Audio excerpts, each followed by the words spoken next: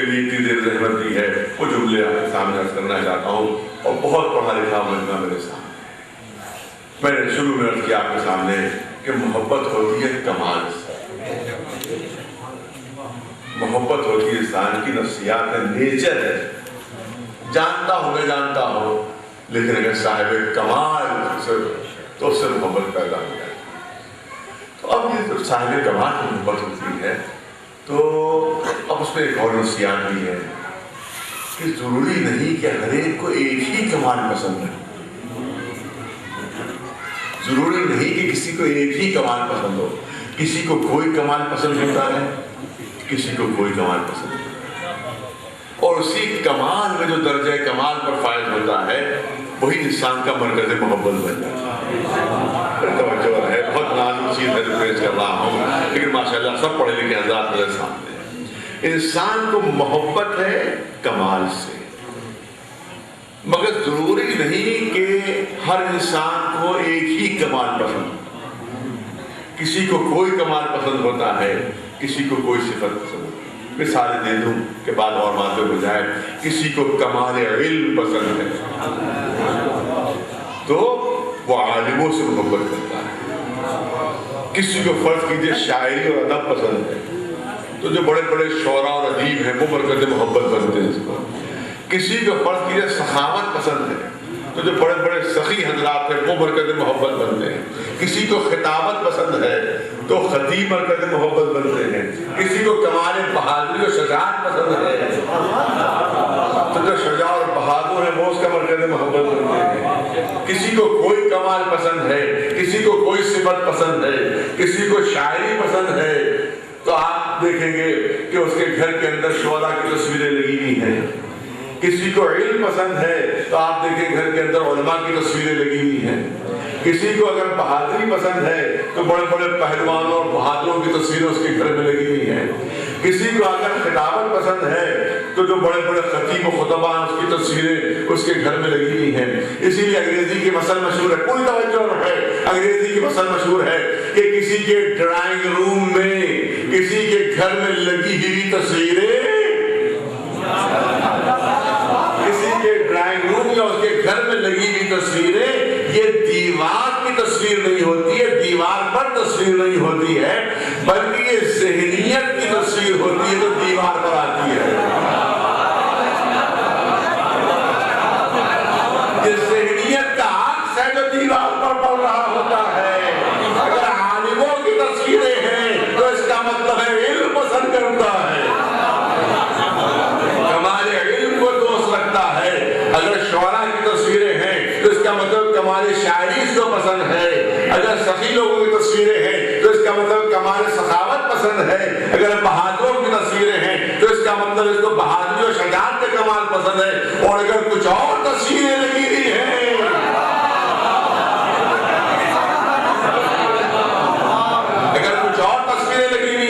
تو یہ دیوار پر تصویر نہیں ہے بلکہ اس کی ذہنیت کا عکس ہے جو دیوار پر پڑ رہا ہے۔ صلوات ہے دے بردارات۔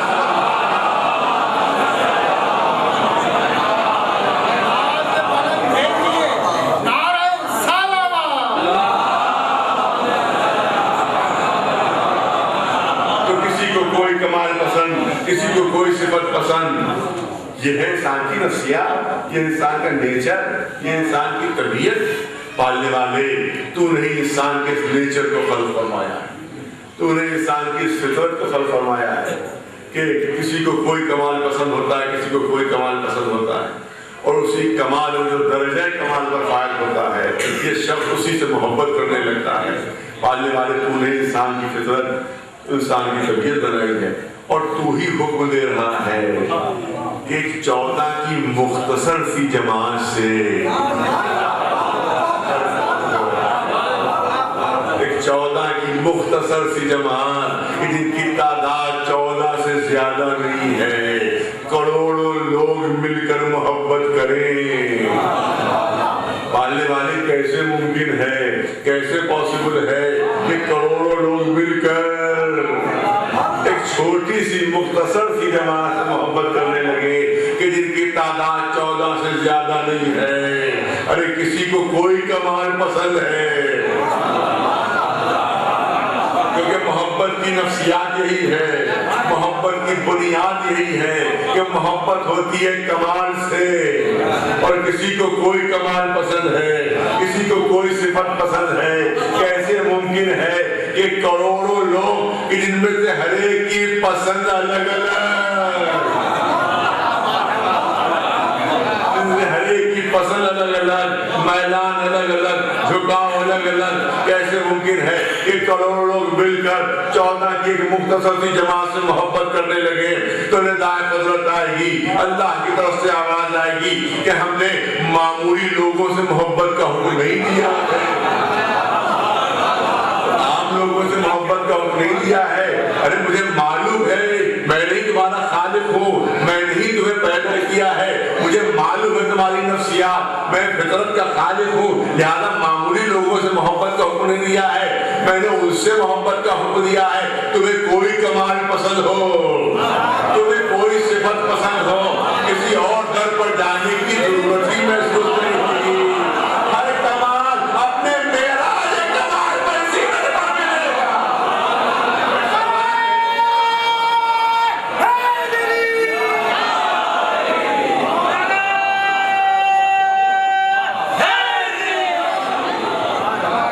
ہر کمال اپنے معراج کمال پر کسی در پر مل جائے گا۔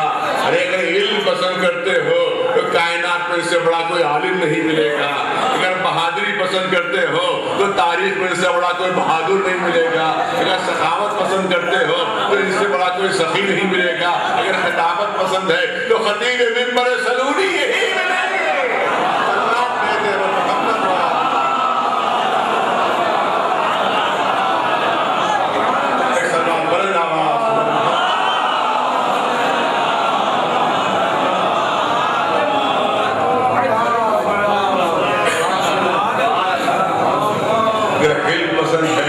اس سے بڑھ کر کوئی حلیم نہیں ملے گا، اگر زہد پسند ہے تو اس سے بڑھ کر کوئی زاہد نہیں ملے گا۔ ارے کوئی کمال پسند ہو، کوئی صفت پسند ہو، کسی اور جگہ جانے کی ضرورت ہی محسوس نہیں ہوگی۔ محمد و آل محمد کے دروازے پر ہر کمال مل جائے گا۔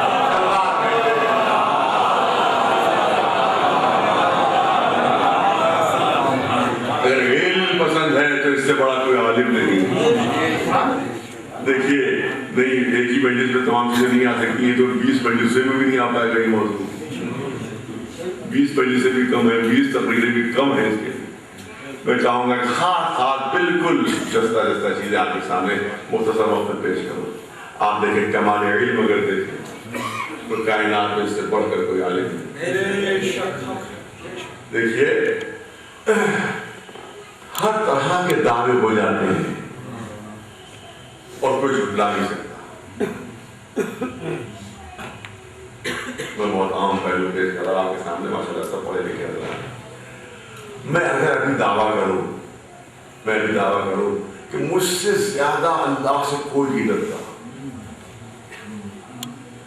سب سے زیادہ اللہ کا خوف میرے دل میں ہے، کیا آپ انکار کر سکتے ہیں؟ نہیں، انکار اگر کرے بھی تو کس دلیل سے کرے؟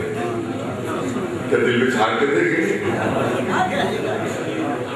کہ میں نے جھانک کر دیکھ لیا ہے، کوئی خوف پیدا نہیں؟ نہیں، میرے دعوے کو جھٹلا نہیں سکتا۔ اس لیے نہیں جھٹلا سکتا کہ کوئی دل کے اندر جھانک کر دیکھ نہیں سکتا، نہ کوئی ایسا تھرمامیٹر ہے کہ جس کے ذریعے سے پتہ لگا لیا اللہ کا خوف دل میں کتنا ہے۔ تو اس کا مطلب ہے میں جھوٹا وعدہ کر لوں، جھوٹا دعویٰ کروں تو کوئی جھٹلا نہیں سکتا۔ جھوٹا دعویٰ ہوگا مگر کوئی جھٹلا نہیں پائے، کیونکہ میں کہوں گا کہ آپ نے مجھے جان کے میرے کیا، میں یہ کہوں کہ میں مسلسل روزہ ہی پر روزہ رہتا ہوں، سارا روزہ ہی سے رہتا ہوں، اور معلومہ گھر سے باہر نکلا، خوب کھا پی کے پیٹ بھر گئے اور وہ منہ پوچھ لیا ہے اور کہہ رہا ہوں روزے سے۔ اب کیسے آپ جھٹلائیں؟ گھر میں تو ہے نہیں، یا تو ایک سرے مشین کو لے جائیے، جا کر دیکھیے کہ میرے پیٹ میں اتنا بھرا ہوا ہے کھانا، تو اس کا مطلب دعویٰ جھٹلا نہیں سکتا۔ میں کہوں کہ میں گھر میں جب رہتا ہوں تو رات بھر نماز ہی پڑھا کرتا ہوں، اب ظاہر کوئی جھٹلا نہیں سکتا، کون گھر کا گواہ ہے؟ باہر نکلا میں نے کہہ دیا دعویٰ جھوٹا۔ تو اس کا مطلب ہے کہ یہ تمام دعوے اگر جھوٹے میں کروں تو کوئی جھٹلا نہیں پائے گا، کوئی رد نہیں کر پائے گا، کوئی بھی دعویٰ کر دوں کوئی رد نہیں کر پائے گا۔ لیکن ایک دعویٰ ایسا ہے، ادھر جھوٹا دعویٰ ہوا 5 منٹ پہ پول کھل جائے،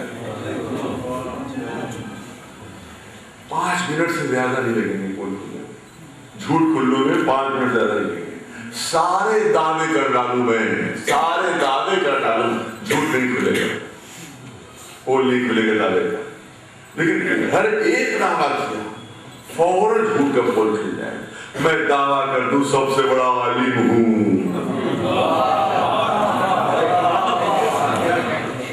سب سے بڑا سائنسداں ہوں۔ ایک ہائی اسکول کے بچے نے کوئی سائنسی سوال کر لیا، اسی وقت مجمع سے کھڑے ہو گیا تو میں بغلے جھانکنے لگا، اسی وقت پول کھل گیا کہ جھوٹ بول رہے ہیں۔ میں نے کہہ دیا بہت بڑا میتھمیٹیشین ہوں، بہت بڑا ریاضی داں ہوں، اور ایک بچے نے اٹھ کر پوچھا 19 کا پہاڑا پڑھ کے سنا دیجیے، تو 19 دونی 19 تیائی سے آگے نہیں پڑھ پاؤں گا، بلکہ میں تو سمجھتا ہوں مجمع میجارٹی۔ وہاں اسی وقت کھل گیا دعویٰ۔ تو اس کا مطلب ہے کہ جتنے بھی جھوٹے دعوے دار ہیں وہ ہر دعویٰ کر دیتے ہیں، مگر کبھی علم کا دعویٰ نہیں کرتے، کبھی علم کا دعویٰ نہیں کرتے۔ تاریخ انسانیت میں صرف 2 علم کے دعوے دار ملے ہیں، تاریخ انسانیت میں صرف 2 علم کے دعوے دار ملے ہیں۔ ایک وہ جو کہہ رہا نا مدینۃ العلم،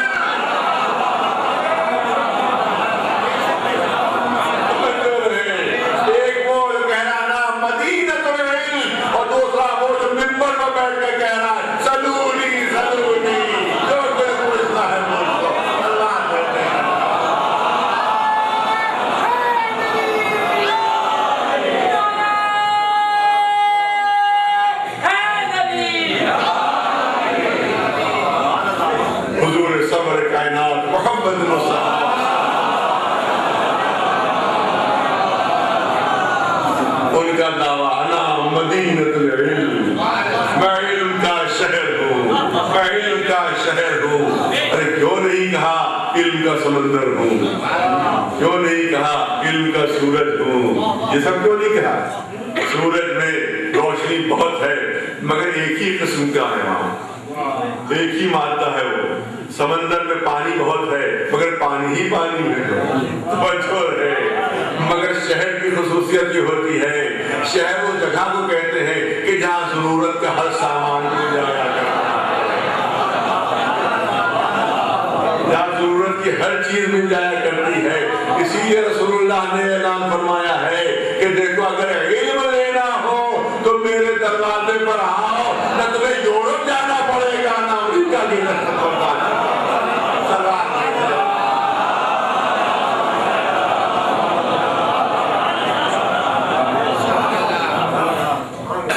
اب وہ اقبال کا ایک شعر ہے جو مجھے مشکل میرے ساتھ ایک وہ شعر کبھی پورا صحیح یاد نہیں ہوتا۔ ان کا وہ شعر ہے کہ خیرہ نہ کر سکی مجھے، ہاں خیرہ نہ کر سکا مجھے جلوہ دانش فرنگ،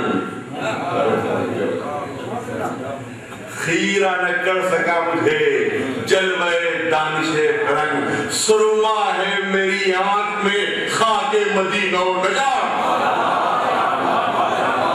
ایک سلمان بھائی جو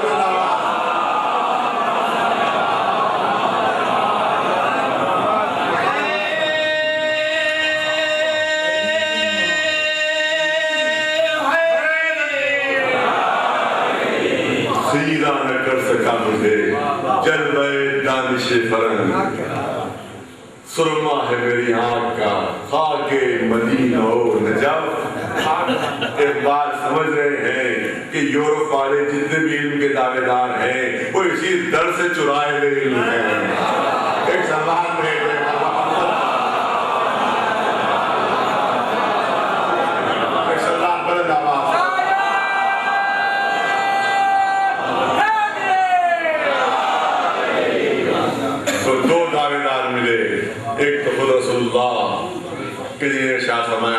مدینۃ العلم، اور دوسرے مولا علی جو ممبر پر بیٹھ کر کہیں جو کچھ پوچھنا ہو پوچھو، جو کچھ پوچھنا ہو پوچھو، قبل اس کے کہ تم مجھے کھول دو۔ اب ظاہر کہ یہی موضوع ایسا ہے کہ اسی پر اگر بولا جائے تو کئی گھنٹے تو اسی کے لیے چاہیے ہیں، اور مجھے ظاہر ہے کہ وہاں بھی دوسری مجلس سے اس میں حاضری دینا ہے۔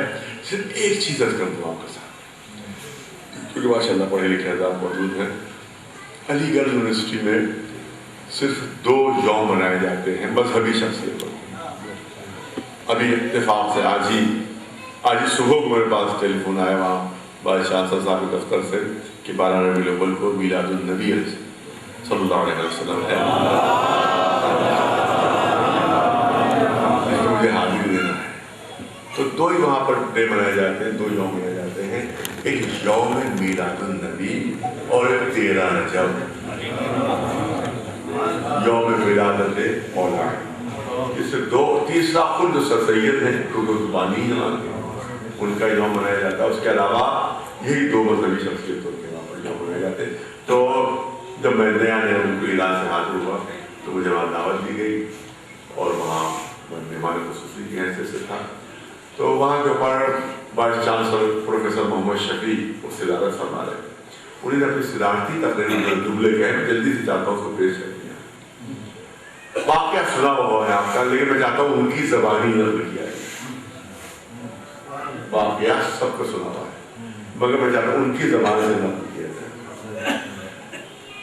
پروفیسر شفیع اپنی تقریر میں اتفاق سے تفصیلی ویڈی میرے پاس محفوظ ہے کہ پروفیسر محمد شفیع جو جیوگرافی کے ہیڈ اور اس وقت وہ بھی وائس چانسلر بھی رہ چکے علی گڑھ مسلم یونیورسٹی، وہ تقریر کر رہے تھے کہ میں وائس چانسلر کے زمانے میں تھا تو میں کس ڈپارٹمنٹ میں ایک پروفیسر کی پوسٹ خالی تھی، اور وہاں کے اوپر وائس چانسلر کی حیثیت سے ان کو بیٹھنا تھا۔ تو یہ بیٹھے تھے اور بھی ایکسپرٹس موجود تھے، تو ایک کینڈیڈیٹ آیا جو میتھمیٹکس میں PhD تھا، ڈاکٹریٹ تھا، اور امیدوار تھا پروفیسرشپ۔ وائس چانسلر صاحب تقریر میں اسی کو دوہرا رہا ہوں ان کے لفظ میں کہ اس کے بعد جب وہ آیا تو میں نے اس سے کہا کہ تم اگر میرے ایک سوال کا جواب دے دو اور ایک مسئلہ اگر حل کر دو تو یہ پروفیسرشپ تمہاری ہے، اور جب میں وائس چانسلر کی حیثیت سے لکھ دوں گا تو پھر کوئی کاٹ نہیں سکتا۔ میرا ماننا ہے کہ صرف ایک سوال کا اگر جواب دے دو تو یہ پروفیسرشپ تمہاری ہے۔ اچھا وہ PhD آیا تھا، پروفیسرشپ کی پوسٹ کو امیدوار تھا، اس نے سوچ کر آیا ہوگا کہ پتہ نہیں کتنے سوالات ہوں گے مجھ سے، اتنی دیر تک انٹرویو ہوگا۔ وہ تو بڑا خوش ہوا کہ وائس چانسلر صاحب کہہ رہے صرف ایک سوال کا جواب دو اور پروفیسرشپ تمہاری۔ اس نے خوشی کہا کہ وائس چانسلر صاحب پوچھیے جلدی پوچھیے، کیا پوچھ رہے ہیں؟ PhD تھا، ڈاکٹریٹ تھا میتھمیٹکس میں، کیا پوچھیے؟ کہا دیکھو 2 مسافر تھے، ایک کے پاس 5 روٹیاں تھیں، ایک کے پاس 3 روٹیاں تھیں۔ اب تو اور خوش ہوا کہ تو بالکل پرائمری لیول کا سوال ہے۔ یہ وائس چانسلر کو کیا ہو گیا ہے کہ پروفیسرشپ میتھمیٹکس میں اور سوال کر رہے ہیں پرائمری لیول کا۔ اسی کتابوں میں ہوتا، چھوٹی کتابوں میں 3 چوڑیاں اور 5 چوڑیاں اور 10 چوڑیاں، اس طرح کے سوالات ہوتے ہیں جو چھوٹے بچوں سے کیے جاتے ہیں۔ تو اس نے سوچا اب تو مفت میں مل گئی مجھے پروفیسر، کیا جلدی پوچھے۔ کیا 2 مسافر تھے، ایک کے پاس 5 روٹیاں تھیں، ایک کے پاس 3 روٹیاں تھیں۔ جب کھانے بیٹھے تو ایک مسافر ایک مہمان اور آ گیا، اس نے ساتھ مل کر وہ کھائی روٹیاں، اور جب کھا چکا جانے لگا تو اس نے 8 درہم دیے۔ 8 درہم دیے، میں نے تمہارے ساتھ مل کر کھانا کھایا 8 درہم تم لوگ دیے۔ تو جس کے پاس 5 روٹیاں تھیں اس نے 5 درہم اپنے پاس رکھے، جس کے پاس 3 روٹیاں تھیں اس نے 3 درہم دیے۔ اب لڑنے لگا کہ بھائی برابر ہونا چاہیے، چار تم رکھو چار ہم رکھیں، کیونکہ سب مل کے ساتھ کھانا کھایا ہے، لہذا آدھا مال ہونا چاہیے، آدھا تمہارا ہمارا، 4 درہم تم رکھو 4 مجھ کو دے دو۔ اس نے کہا نہیں بھائی 5 روٹیاں میری تھی، لہذا 5 درہم میرے ہوئے، 3 روٹیاں میری تھی، 3 درہم پھر۔ اب لڑائی اتنی بڑی کہ مولا علی کے پاس پہنچے کہ یا علی آپ انصاف کیجیے، آپ حساب کیجئے. دیکھیے کتنی ناانصافی میرے ساتھ کر رہا ہے یہ. اس کو آدھا آدھا دینا چاہیے 4 یہ 5 خود رکھ رہا ہے 3 مجھے دکھ رہا ہے. مولا علی نے فرمایا کہ یہ اپنی مرضی سے تجھے یہ 3 درہم دے رہا ہے, لہذا رکھ لے. اس نے کہا نہیں یا علی میں تو انصاف چاہتا ہوں. پھر مولا نے فرمایا کہ اپنی مرضی سے دے رہا رکھ لے. کہنے کی آگے میں تو انصاف چاہتا ہوں. کہ اگر انصاف چاہتا ہے تو دیکھ انصاف یہ ہے کہ جس کی 5 روٹیاں اس کے 7 درہم, تیری 3 روٹیاں تیرا 1 درہم. اب وائس چانسلر صاحب تقریر میں کہہ رہے ہیں کہ اتنا کہہ کر میں رک گیا اور اس میتھمیٹکس کے پی ایچ ڈی سے پوچھا کہ اگر تم یہ بتا دو کہ جس کی 5 روٹیاں تھی علی نے 7 درہم اس کو کیوں دیے, جس کی 3 روٹیاں تھی 1 درہم کیوں دیا, اگر تم مسئلہ حل کر دو تو یہ میتھمیٹکس کی پروفیسرشپ تمہاری ہے. یہ میتھمیٹکس کی پروفیسرشپ تمہاری ہے. وہ کہتے ہیں وہ تو خوش ہو رہا تھا کہ پروفیسرشپ مفت میں مل گئی. کہتے ہیں کہ آدھے گھنٹے تک سوچتا رہا اور آدھے گھنٹے کے بعد اس نے کہا وائس چانسلر صاحب میں نے میتھمیٹکس کے سارے فارمولے آزما لیے,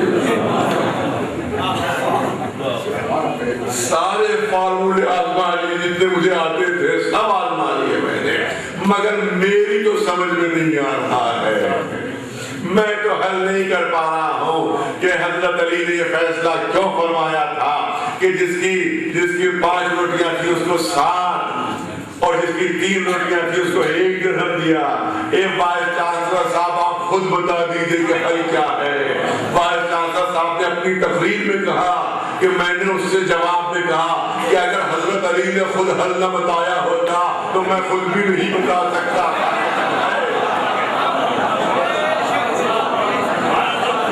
میں خود بھی نہیں بتا سکتا تھا کہ حل ہے کیا. جب اس نے کہا کہ یا علی پہلے تو 3 مل رہی تھی اب 1 دے رہے ہیں, یہ کیوں؟ سنیے, کہا دیکھ 3 روٹیاں تیری تھیں, 5 روٹیاں اس کی تھیں, 3 آدمیوں نے مل کر کھایا, سب ساتھ مل کر 3 آدمیوں نے کھایا. اس کا مطلب ہے کہ ہر روٹی کے 3 ٹکڑے ہوئے. بھئی ہر روٹی میں 3 شریک ہوئے تو ہر روٹی کے 3 ٹکڑے ہوئے. تو تیری 3 روٹیاں تھیں, تیری 3 روٹیوں کے 3 ٹکڑے ہوئے تو 3 تیائی 9, تیری 3 روٹیوں کے 9 ٹکڑے ہوئے. اور اس کے بعد 5 روٹیاں تھیں, ہر روٹی کے 3 ٹکڑے ہوئے تو 5 تیائی 15, اس کی 5 روٹیوں کے 15 ٹکڑے ہوئے. تو تیری 3 روٹیوں کے 9 ٹکڑے ہوئے, اس کی 5 روٹیوں کے 15 ٹکڑے ہوئے, اور 15 اور 9 24, تو ٹوٹل جو 24 ہوئی پوری 8 روٹیوں کے جب 3 گنا کیا جائے تو 24 ہوئے. اس کا مطلب ہے کہ 8 روٹیوں کے 24 ٹکڑے ہوئے اور 3 لوگوں نے برابر سے کھایا, یعنی ہر ایک نے 8 ٹکڑے کھائے. تو نے 8 ٹکڑے کھائے, تیرے ساتھی نے 8 ٹکڑے کھائے, مہمان نے 8 ٹکڑے کھائے, سب نے 8 ٹکڑے کھائے. تو تیری 3 روٹیوں کے 9 ٹکڑے ہوئے تھے, 8 تو تو خود کھا گیا.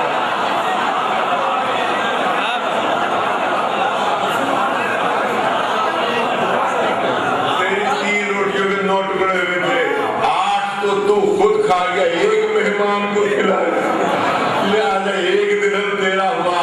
اس کی 5 روٹیوں کے 15 ٹکڑے ہوئے تھے, 8 اس نے خود کھائے, 7 مہمان کو کھلایا. لہذا 7 درہم اس کے ہوئے. میتھمیٹکس کے پی ایچ ڈی نے اقرار کیا کہ آج سے 1400 سال پہلے علی نے جو فیصلہ کیا میتھمیٹکس کے لحاظ سے اس سے بہتر فیصلہ ممکن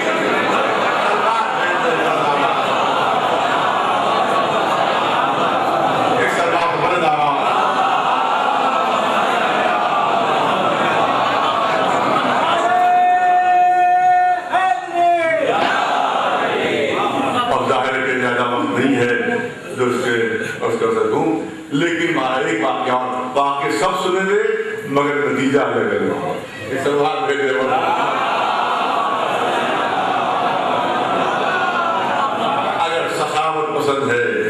سے بڑھ کر کوئی سخی نہیں. حاتم سب سے بڑا سخی دنیا میں مشہور ہے. اس سے بڑھ کر تمام اس سے کہانیوں میں اسی کا نام ملتا ہے. اور آپ دیکھیں کہ جہاں بھی اس کا قصہ ملے گا حاتم کا, وہاں ایک واقعہ ضرور ملے گا. اور وہ واقعہ یہ ہے اس طرح سے کہ اس نے اپنے محل کے 40 دروازے بنائے تھے. اپنے قصر کے, بہت دولت مند تھا, اپنے قصر کے اپنے محل کے 40 دروازے بنائے تھے. اور ایک فقیر کو, ایک مانگنے والے کو, ایک محتاج کو وہ 40 دروازوں سے دیتا تھا. پہلے دروازے پر آیا مانگنے والا, وہاں سے ملا, دوسرے پایا وہاں سے, تیسرے پایا وہاں سے, چوتھے پایا وہاں سے, پانچویں, یہاں کہ جب 39ویں دروازے پر آیا وہاں سے بھی دیا گیا. جب 40ویں دروازے پر آتا تھا تو صدی کہا جاتا تھا کہ بھیا تم ایک ہی گھر کے 39 دروازوں سے لے چکے ہو. 40واں دروازہ اس پر دیتا تھا. یعنی گھر ایک تھا, دینے والا ایک تھا, مانگنے والا ایک تھا, صرف دروازے بدل رہے. اس سے بڑی کوئی سخاوت ہو سکتی, اس سے بڑی کوئی سخاوت کا نمونہ مظاہرہ ہو سکتا ہے؟ چیلنج ہے. اگر کسی کو پورا واقعہ نہ معلوم ہو, کسی کو اگر پورا واقعہ نہ معلوم ہو اور اس کے سامنے آپ کو پورا حاتم کا واقعہ پیش کہ اس نے اپنے محل کے 40 دروازے بنائے تھے اور ایک فقیر کو مانگنے والے کو 40 دروازے سے دیتا تھا. اس سے پوچھیے کوئی اس میں برائی کا پہلو نکل رہا ہے؟ چیلنج ہے, کسی کا ذہن پہنچ ہی نہیں سکتا, کسی کی عقل کی پرواز وہاں تک جا ہی نہیں سکتی. چیلنج ہے میرا, کسی سے پوچھ لیجیے جا کر, واقعہ نہیں معلوم ہے کہ حاتم نے 40 دروازے بنائے تھے اپنے ایک گھر کے, اور ایک فقیر کو 40 دروازوں سے دیتا تھا. اس میں کوئی مذمت کا پہلو, اس میں کوئی برائی کا پہلو, اس میں کوئی عیب نکل رہا ہے؟ ہرگز نہیں. کوئی کہے گا نہیں بھائی, ارے ہمارے گھر کا ایک دروازہ اس سے دینا مشکل ہوتا ہے. وہ اپنے گھر کے 40 دروازے بنائے ہوئے تھا, 40 دروازے دیتا تھا. چیلنج ہے, کوئی برائی کا پہلو نہیں نکال سکتا, کوئی مذمت کا پہلو نہیں نکال سکتا, کوئی عیب کا پہلو نہیں نکال سکتا. عقل نہیں پہنچ سکتی وہاں کے اوپر. لیکن جب مولا علی کے سامنے واقعہ بیان ہوا, جب مولا علی کے سامنے واقعہ بیان ہوا تو انہوں نے پوچھا, واقعہ بیان کرنے والے نے واقعہ بیان کیا, مولا علی نے پوچھا کہ تم تعریف کر رہے ہو یا مذمت؟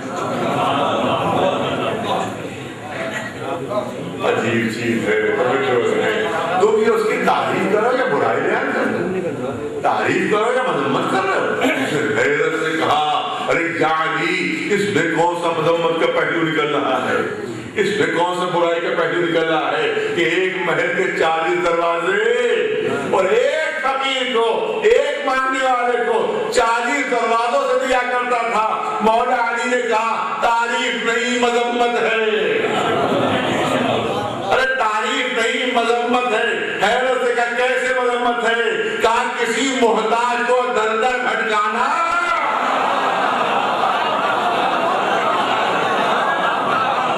مانگنے والے فقیر کو در در بھٹکانا تعریف کر رہے ہو اس کی؟ ارے پہلے ہی در سے اسے اتنا کوئی نہیں دیتا تھا کہ اسے دوسرے در پر جانے کی ضرورت ہی نہیں.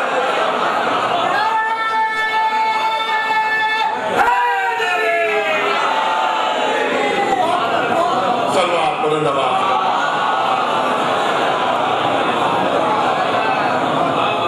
بس آخری عزت کرنا چاہتا ہوں کیونکہ ظاہر کہ اس میں اگر ایک ہی پہلو پر مثالیں پیش ہوں تو کئی گھنٹے اس کے لیے چاہیے. بس آخری اگر بہادری پسند ہے تو کائنات میں اس سے بڑا کوئی بہادر نہیں. میں دیکھیے, میں نے اس لیے کہا کہ نفاذیوں کو خطابت نہ سمجھے, اسی لیے واقعات کے ثبوت کے ساتھ میں بات پیش کروں تاکہ یہ نہ ہو کہ کوئی صرف عقیدت کا معاملہ ہے کہ عقیدت پہ ایمان کر رہے ہیں. عقیدت کا معاملہ نہیں ہے بلکہ حقیقت کا معاملہ ہے. ایک سلوات دیتے ہیں,